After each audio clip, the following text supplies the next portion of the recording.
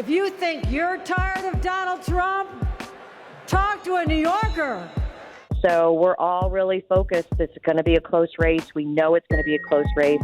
We've got to really focus on getting people out to the polls. Hi there, it's WAMC News Director Ian Pickus, and on this episode of the WAMC News Podcast, Albany Mayor Kathy Sheehan, a delegate for Vice President Harris from the Democratic National Convention in Chicago. Democrats from near and far are in Chicago for their national convention as President Joe Biden passes the torch to Vice President Kamala Harris. So far, convention speakers have been praising Harris's historic candidacy and policies, while also hammering the Republican nominee, former President Donald Trump. Here's what Governor Kathy Hochul had to say Monday. Trust me, America. If you think you're tired of Donald Trump, talk to a New Yorker. We've had to deal with him for 78 long years. While one delegate for Harris who's getting ready to hear from the former California senator herself on Thursday is the third-term mayor of Albany, Kathy Sheehan, who joins us now from Chicago. Thank you for being here. Thank you for having me. So what's been the mood at the convention so far?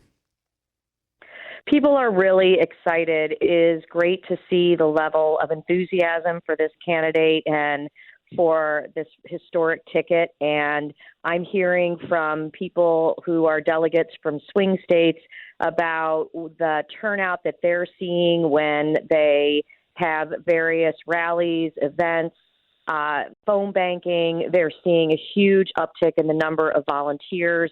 And so we're all really focused. It's going to be a close race. We know it's going to be a close race. We've got to really focus on getting people out to the polls. Is it your sense that the party has united behind Harris, given the fact that up until a few weeks ago, the focus was really on reelecting Joe Biden?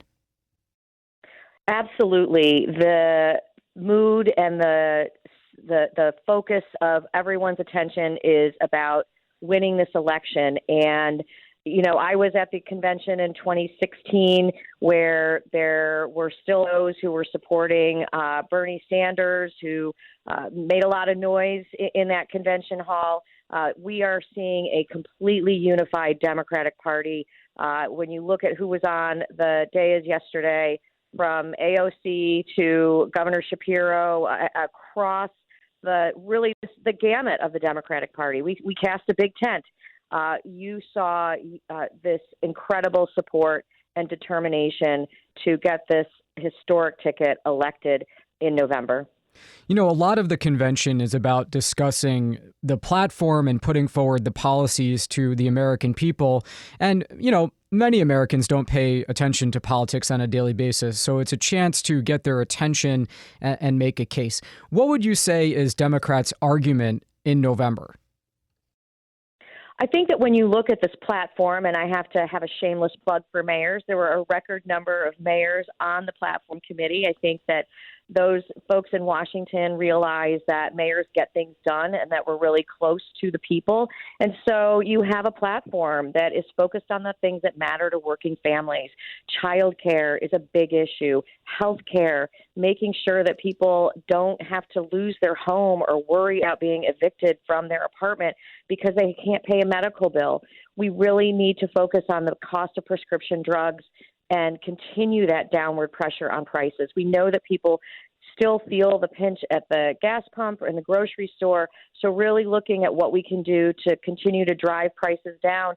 And then the other big focus is on housing. We want everyone to be able to achieve the American dream of owning a home if that is what they want. And we know that that is just out of reach for really hardworking Americans, people who are sometimes working, 2 and 3 jobs. And so, really focusing, because when people have that stability of homeownership, guess what? They build equity, and then they have the ability to use that equity to send their kids to college, to maybe start a new business. So it's a great investment, and that's what we're talking about. These are investments in the American people and in the future of our country. What would you say to the argument that Republicans are making that the problems, some of which you identified, persistent inflation, also the situation on the southern border, that Harris is a big part of the Biden administration and can't distance herself from them? Well, the Biden administration has taken measures that has reduced the flow of people into across the border. We want sound immigration policy. The only place that we can get that is Congress. And it is Republicans in Congress that have made that impossible. And so the Biden administration is using the tools that it has at its disposal. We need common sense immigration reform. And that is something that I know that President Harris will fight for as well. And I think when you look at inflation, we came out of a historic pandemic. And we all know what happened when we came out of the financial crisis in 2008, 2009. We didn't do enough. And we hurt for many, many years. Cities like Albany struggled financially far longer than I think that they would have. And so, when you're making these decisions about how to keep the economy going, how to keep people in their homes, those are decisions that have to be made, and then you adjust. And the Biden administration has adjusted. They've brought inflation down, and they've done it faster than anybody thought we would be able to. But we know there's still more work to be done.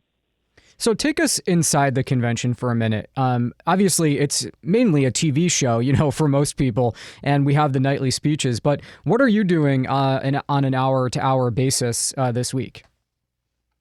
So I'm in my seat when the convention starts. I'm in my seat as a delegate on the floor, and New York is a little further back.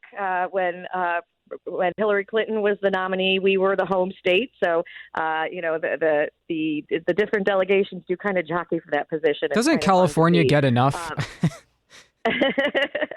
Well, that's probably what people said in 2016 about New York. That's true. In any event, it's great. You're there with, the governor was sitting in front of me. Leader Schumer came and sat down. You're with people who are those who we see on TV all the time, and then you're with delegates from the North Country who you can sit down and talk to about what their issues are and what they're seeing in their communities. And so it's a really fun opportunity. And then during the day, there are a number of meetings. I'm going to get off this call and head down to a brunch where we're going to be talking about getting guns off the street, about the importance of reproductive rights and how those ballot measures we think are going to help with voter turnout. And so, we talk a lot of business as well. And, then there are opportunities to sort of kick back and relax and celebrate the fact that we have all these Democrats here in Chicago, and we're all together celebrating an historic ticket that we believe is going to win in November. Before I let you go, let me ask you about a local governance issue. The county executive and the county legislature chair have now named their appointees to the new Pine Hills Land Authority, which is going to oversee the future of the College of St. Rose property in Albany. I know you had a call for applications for that role. Do you have someone in mind yet? We have applications that are open. We were a little behind the county in getting that call for applications out. I look forward to seeing the applications that have come in. I have not started that review process yet because that is just in the process of closing down. And so I'm excited for the opportunity. It's unclear whether the authority will actually ever take control of the campus, but if they do, we want to make sure that we have folks who are really invested in the city of Albany, in our, Pine Hills neighborhood. It's such a central, important neighborhood in the city of Albany. And I'm optimistic that we will be able to find reuses of that campus and that we will have the opportunity to reimagine that part of the city of Albany. Yeah, it occurs to me just to follow up about that, as we speak, the St. Rose students would normally be coming back. They'd be moving back into apartments in the Pine Hills. The restaurants and coffee shops would be full. It's a different landscape in that part of the city this year.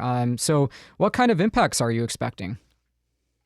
Well, we're looking to assess that situation. There is a huge need for housing in Albany. And so I am, looking at the opportunities there. When you think about the more residential parts of the campus, we have a lot of interest in creating housing.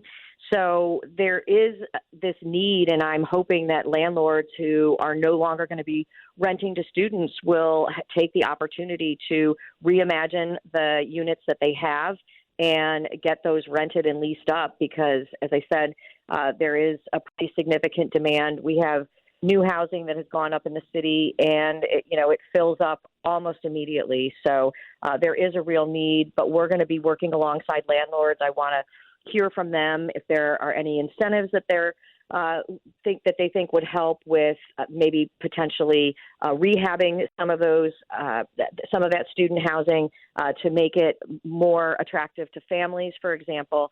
We want to be able to do that. Albany Mayor Kathy Sheehan speaking to us from Chicago, where she's a delegate at the Democratic National Convention. Mayor Sheehan, thank you so much for your time. Thanks so much. Okay, that does it for this episode of the WAMC News Podcast. Thanks so much for listening. Until next time, I'm Ian Pickus.